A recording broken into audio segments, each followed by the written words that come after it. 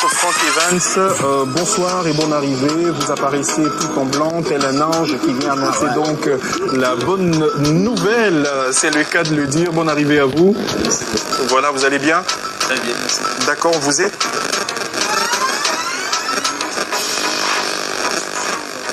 De quelle congrégation, de quelle chapelle? Voilà, vous êtes de quelle église? Je fais partie des sauvés du monde entier. Mais nous sommes connus administrativement comme étant le centre de formation des frères de Jésus. D'accord, on va vous laisser juste ajuster votre chaise pour que vous ne soyez pas penché. Ça va, voilà, on va vous permettre d'être plus à l'aise. Il y a effectivement il y a cette conférence qui aura lieu dans quelques jours avec, on va rester un tout petit peu sur le thème, avec pour thème les fausses églises opposées à l'église selon Dieu. Qui est faux? Qui est vrai? Comment on démêle le vrai du faux? Merci de me passer la parole. J'aimerais vraiment que vous, déjà ici au plateau, et tous les téléspectateurs puissent prêter attention à ce que je vais dire. J'ai eu l'impression que vous allez nous dire « J'aimerais que nous prions tous ensemble ». Allez-y, nous vous écoutons. Déjà, le mot « église », il faut le comprendre dans la Bible. C'est la Bible qui évoque, qui fait mention du mot « église ». Tu es Paul, tu es Pierre, et sur cette pierre, je bâtirai mon église. Permettez-moi d'arriver, s'il vous plaît. Okay. Permettez-moi d'arriver. Donc, alors, je disais dans ceci, c'est la Bible qui évoque le mot église. Oui. Et les sujets bibliques doivent être définis par la Bible elle-même. Ce n'est pas aux hommes d'interpréter la Bible, mais la Bible s'interprète elle-même. Alors, lorsque Jésus dit « Je bâtirai mon église », selon Matthieu 16, que vous avez cité, cela signifie qu'avant qu'il ne parle ainsi, il n'y avait pas l'église. Et il dit « Je bâtirai mon église ». Maintenant, que veut dire église? Vous savez, le Nouveau Testament a été écrit en grec très majoritairement. Alors, église vient du mot grec ecclésia, qui veut dire appeler hors de. Non. C'est justement ça. C'est comme ça que Ève a été séduite. Laissez-moi parler, s'il vous plaît. L'église veut dire appeler hors d'eux. C'est-à-dire qu'il appelle des gens hors d'eux.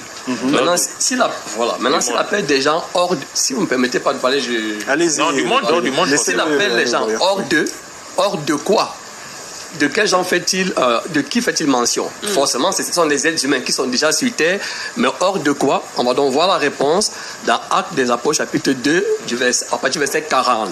Hors de la génération perverse et pécheresse, c'est-à-dire hors des hommes qui ne sont pas avec Dieu, hors des hommes qui sont pécheurs, et les pécheurs sont encore appelés les morts spirituels. Donc il appelle donc des gens de l'esclavage au péché, pour avoir en lui, par lui et à travers l'évangile, la libération du péché.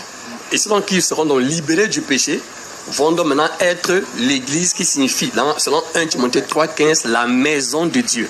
D'accord. Maintenant, si vous permettez, quand on parle de... je vous signaler que notre temps est très court. Je vous conseille d'aller... Parce qu'on a la télé, il faut lui dire ça. Parce que les gens qui pensent qu'on est à l'Assemblée des appelés de dehors. On aura les détails à la conférence et on vous laisse aller vraiment à l'essentiel. Ok, donc quand on parle de maison de Dieu, vous savez, la maison que j'ai construite, je l'habite. Dieu donc a construit dans quelle maison? Il n'a pas construit un bâtiment, ce qui fait que tout bâtiment appelé église est déjà une fausse église. Et tout homme membre d'une telle conception, par exemple, je vais à l'église, il me va directement en enfer. Il n'est pas avec Dieu, il ne sait pas ça.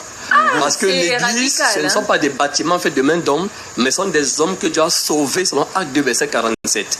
C'est pourquoi donc, un seul verset, 1 Corinthiens 16, verset 19, les églises d'Asie vous saluent. Aquilas et Priscille. Aquilas, c'est un homme avec l'église qui est dans leur maison. Donc l'église peut être dans une maison, à la plage, en route. Ce sont des êtres humains en qui l'Esprit de Dieu a fait sa demeure. Donc dès qu'on a une autre compréhension, même si on est sincère, on est perdu, parce que la conviction de l'erreur ne change pas l'erreur en vérité. Voilà d'abord ce que c'est que la vraie église. D'accord, c'est le postulat de base et c'est ce postulat qui vous donne donc la possibilité de tenir cette conférence qui aura donc entre autres pour objectif de dissiper tout ce flou. Oui, je vais juste énumérer 3 flous. Le premier flou, c'est qu'on ne peut pas dire qu'on est membre de l'église de Jésus et avoir encore la conscience du péché. C'est-à-dire, tu vois quelqu'un qui dit qu'il est enfant de Dieu, il est chrétien, mais il a encore la conscience du péché dans son cœur, dans sa tête. Un vrai chrétien est sans péché pour l'éternité. D'accord. Avant-dernier, donc le deuxième, c'est qu'on ne peut pas dire qu'on est membre de l'église de Jésus, mais on voit encore comment est-ce qu'un chrétien expérimente des prières de délivrance. C'est-à-dire qu'on délivre un chrétien des mauvais esprits. Et on le fait tous les dimanches, on le fait tous les mois. Et là, on est en décembre, là, vous allez voir des conférences de délivrance. On ne peut pas délivrer un chrétien. Un chrétien est d'office délivré parce qu'il est dans la maison, il est dans le Saint-Esprit, il habitait par l'Esprit, c'était impossible. Et enfin, troisième aberration, c'est que on ne peut pas dire qu'on est chrétien. On te demande si tu meurs aujourd'hui, tu vas où? Tu réponds, je ne sais pas. Tous les vrais chrétiens ont déjà l'assurance du salut parce que l'Esprit Saint est le gage du salut. C'est pourquoi donc, à la salle Les Anges d'Emma, à Charbonnage, samedi à 14h, on va rentrer dans plus de profondeur. D'accord. Et j'aimerais vraiment supplier à ce que vous, déjà ici, si vous avez le temps ce samedi, vous venez parce que vous allez entendre des choses que vous n'avez jamais entendues. Parce qu'il est possible qu'il y ait 99% d'églises au Gabon et dans le monde qui soient du diable. D'accord. C'est dommage que le temps nous course parce que ça aurait été le débat aurait commencé ici. De toute façon, j'ai apporté des billets d'invitation pour vous. Ok, on les verra tout à l'heure. Mais effectivement, mais vraiment pour aller et finir, qui sont intéressés par, qui sont invités? Ok, premièrement, les principaux invités à ce programme sont les chrétiens.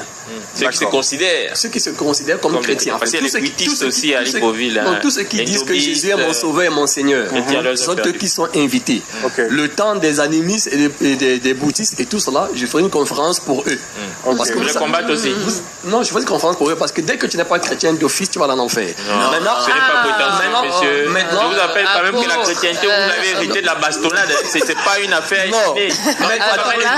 Vous dites que vous n'êtes pas chrétien, vous allez en enfer. Permettez-moi s'il vous plaît. Mais je vous le permets. Lorsque Jésus vient, il dit, je suis la lumière du monde. Quiconque croit en moi marchera dans la lumière. Le monde existait déjà alors. Apôtre.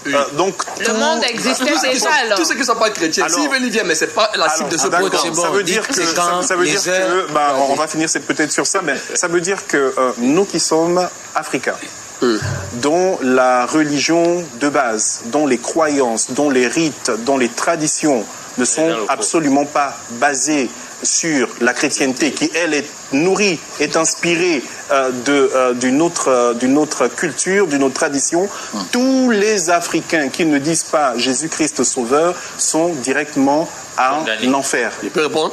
C'est très rapidement. Très rapidement. Oui. Vous savez, là, vous me demandez de répondre. Comme vous faites comme le juge au procès. Oui, je réponds directement. Répondez directement à la question. Ok, je réponds directement. Oui. Tout être humain, c'est pas une question d'Africain. Oui. Tout être humain qui ne croit pas en l'évangile du Seigneur Yahushua, il meurt, il va en enfer. C'est pas une question d'Africain. Tout être humain. Bon, le débat va s'arrêter à ce niveau pour aujourd'hui. Parce que perso, pour moi j'ai l'impression que c'est une approche marketing.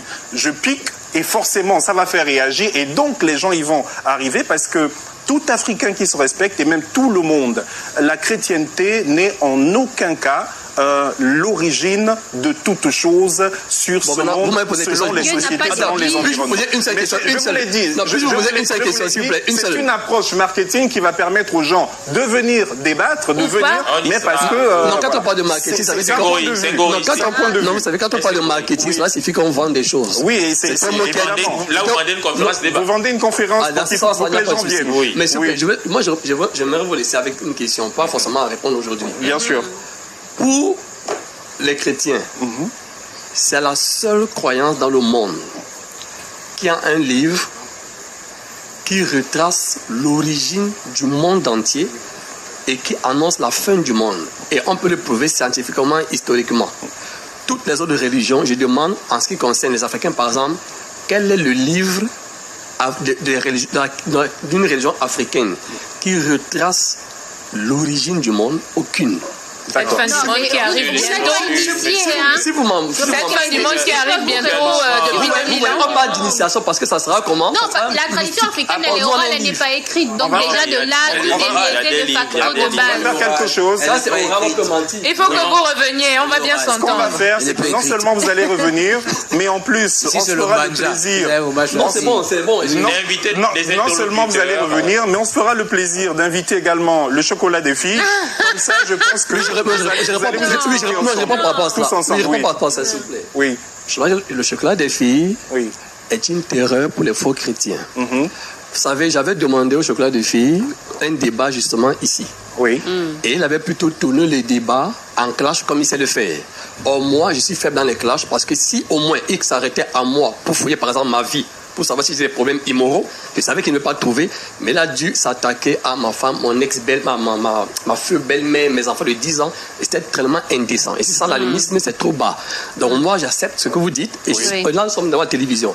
Qu'il accepte ce débat, on se tient là, et si c'est dans les injures, je sors. Mais si c'est un débat de Vous voulez un connaissance... débat dans les règles de l'art. Voilà. De connaissance. De connaissance. De connaissance. Merci beaucoup, apôtre.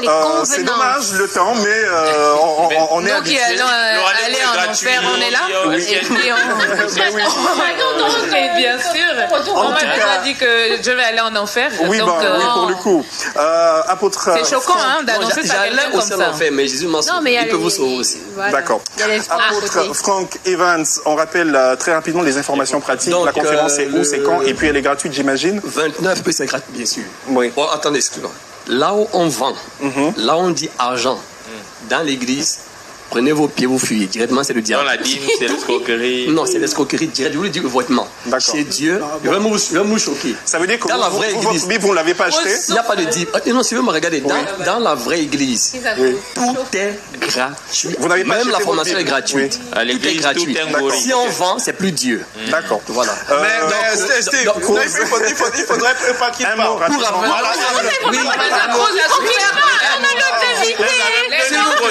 Est-ce que je peux rappeler les dates? S'il vous plaît, s'il vous plaît. Est-ce que je peux rappeler les dates? Peut-être pour ceux qui ne le savent pas, Evans et moi, on a grandi ensemble. Ok. On se connaît. Mais je voudrais rectifier ce qu'il dit. Oui. Le premier à payer la dîme, c'est qui?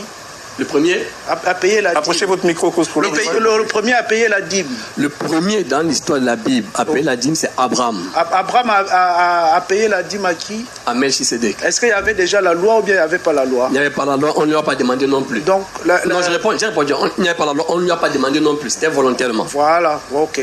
Donc quelqu'un peut donner la dîme Donc volontairement. quelqu'un peut donc donner volontairement. Allons-y sur les dates. Merci. La date, l'heure, le lieu. La date. Allez-y. Ok, Voilà. moi je Voilà.